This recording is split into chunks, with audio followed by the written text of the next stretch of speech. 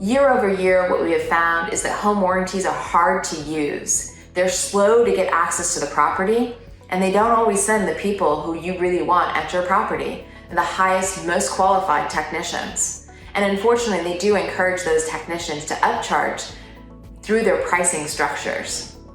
And out of the variety, I will tell you, if someone has an AC issue, which even though it's technically not an emergency, we do live in South Texas and it's hot, we can usually get someone to the house the same day, if not the next day, and get that unit taken care of. If we have a home warranty, it might take 2 days to actually get a hold of anyone, and then it might take 3 days to get anyone assigned, and then a few days after that to schedule. And all of a sudden, there's over a week that's gone by, and we haven't even gotten anyone to the house, much less a solution.